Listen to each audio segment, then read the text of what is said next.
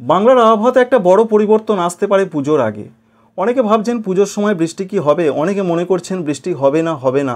তবে এখান থেকে একটা নতুন খবর পাওয়া যাচ্ছে। বিশেষ করে অনলাইন যে ম্যাপগুলো দেখা যাচ্ছে বিভিন্ন মডেল, ইউরোপিয়ান মডেল থেকে যেটা আমরা লক্ষ্য করতে পারছি যে বাংলার দিকে একটি শক্তিশালী নিম্নচাপ তৈরি হবার সম্ভাবনা রয়েছে 25 তারিখ বা 24 তারিখের আশেপাশে সেপ্টেম্বর মাসে।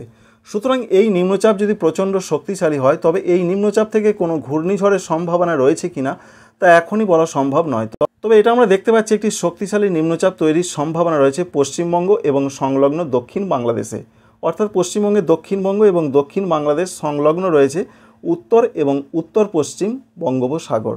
তবে উত্তর দিকে ঘেঁষে রয়েছে নিম্নচাপটা, আর এই নিম্নচাপ যদি সরাসরি পশ্চিমবঙ্গের ওপর দিয়ে পাস করে এইভাবে, কারণ পশ্চিম দিকে যাওয়ার সম্ভাবনা বা টেন্ডেন্সি থাকে, তাহলে পশ্চিমবঙ্গের জেলাগুলো পুজোর সময় একটা বিপত্তির মুখে বা দুর্যোগের মুখে পড়তে পারে।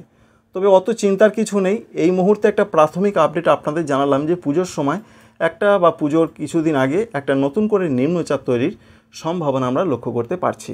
আগামী কয়েকদিন কেমন আপডেট থাকবে? বৃষ্টির সম্ভাবনা রয়েছে দক্ষিণবঙ্গের জেলায় জেলায়। দক্ষিণবঙ্গে বৃষ্টি শুরু হয়েছে, তবে আজকে রাতের দিকে দক্ষিণবঙ্গের জেলাগুলোতে সেরকম কোনো বৃষ্টি নেই। উত্তরবঙ্গে ব্যাপক বৃষ্টি চলবে, উত্তর বাংলাদেশে চলবে, উত্তর পূর্ব ভারতের রাজ্য আসাম, মেঘালয়, অরুণাচল প্রদেশে চলবে। উত্তরবঙ্গের জেলাগুলোতে মাঝারি ধরনের কোথাও কোথাও একটু ভারী বৃষ্টি হবে আজকের যা তথ্য রয়েছে।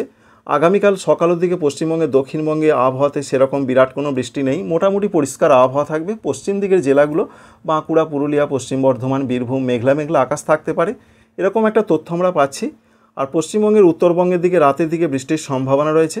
আগামীকাল 12 তারিখে দক্ষিণবঙ্গের জেলায় জেলায় প্রত্যেকটা জেলাতে বলা হয়েছে হালকা থেকে মাঝারি বৃষ্টি হবে, অনেক জায়গাতে বৃষ্টি হবে।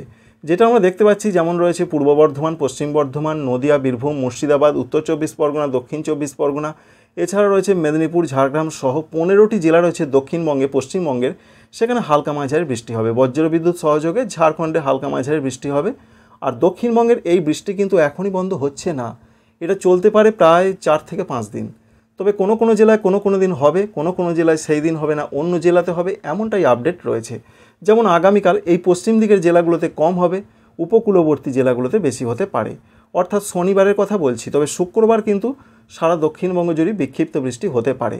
আর রাতের দিকের যা পূর্বাভাস আমরা উত্তরবঙ্গের জেলাগুলোতে পাই, সেখানে প্রচণ্ড বৃষ্টির সম্ভাবনা রয়েছে, দেখতেই পাচ্ছেন। সেটা 12 তারিখ এবং 13 তারিখ পড়ে যাচ্ছে। তবে আলিপুরদুয়ার জেলাতে বলা হয়েছে অতি ভারী বৃষ্টি হতে পারে 13 তারিখের দিকে।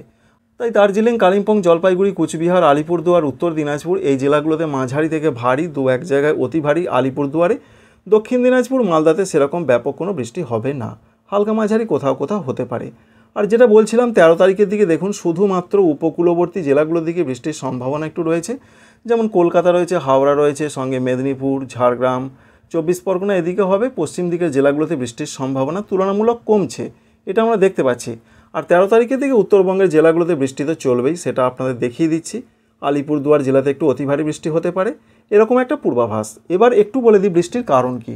বৃষ্টির কারণ হিসেবে যেটা জানা যাচ্ছে, সিকিম সংলগ্ন জায়গায় রয়েছে একটি ঘূর্ণাবর্ত, প্রচুর পরিমাণে জলীয় বাষ্প ঢুকছে। অবশ্যই আপনারা দেখতে পাচ্ছেন এই যে হাওয়া কিন্তু ঢুকছে পশ্চিমবঙ্গ বাংলাদেশ হয়ে ঠিক উত্তরে যাচ্ছে। অন্যদিকে আবার একটি নিম্নচাপ তৈরির সম্ভাবনা রয়েছে অন্ধ্রপ্রদেশ উপকূলে 13 তারিখের আশেপাশে। সেই নিম্নচাপ যদিও পশ্চিমবঙ্গের দিকে আসবে না, বাংলাদেশের দিকে আসবে না, সেটা কঙ্কন, গোয়া এই দিকে যেতে পারে, তার কিছুটা প্রভাব আসবে। আর মৌসুমী অক্ষরেখা এই মুহূর্তে ঝাড়খণ্ডের ওপর দিয়ে পশ্চিমবঙ্গ এবং উত্তর উড়িষ্যা সংলগ্ন জায়গা দিয়ে পশ্চিম মধ্য বঙ্গোপসাগরে চলে গেছে। এই এত সব কারণের জন্য বৃষ্টির একটা পরিবেশ তৈরি হয়েছে, তার জন্যই মূলত বৃষ্টিটা হবে। এই পর্যন্ত একটা আপডেট আমরা পেলাম। তবে 13 তারিখে বৃষ্টির সম্ভাবনা উপকূলবর্তী জেলার দিকে বেশি।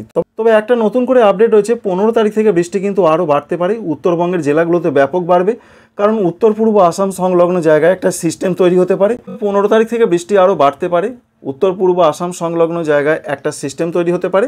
আর দক্ষিণবঙ্গের জেলাগুলোতে বৃষ্টির সম্ভাবনা বেশি রয়েছে 15 এবং 16 তারিখে। দেখতেই পাচ্ছেন বজ্রবিদ্যুৎ সহযোগে বৃষ্টির সম্ভাবনা খুব বেশি। তাই 15-16 তারিখে দক্ষিণবঙ্গের সবথেকে বেশি বৃষ্টিপাত হতে পারে, এটা আমরা আপডেট থেকে দেখতে পাচ্ছি। বৃষ্টি কবে কমবে? বৃষ্টি কমার সম্ভাবনা রয়েছে 19 এবং 20 সেপ্টেম্বর তারিখ থেকে। এই পর্যন্ত পূর্বাভাস খুব সংক্ষিপ্ত আকারে জানালাম। আপনি কোন জেলা থেকে দেখছেন অবশ্যই জেলার নাম জানাবেন।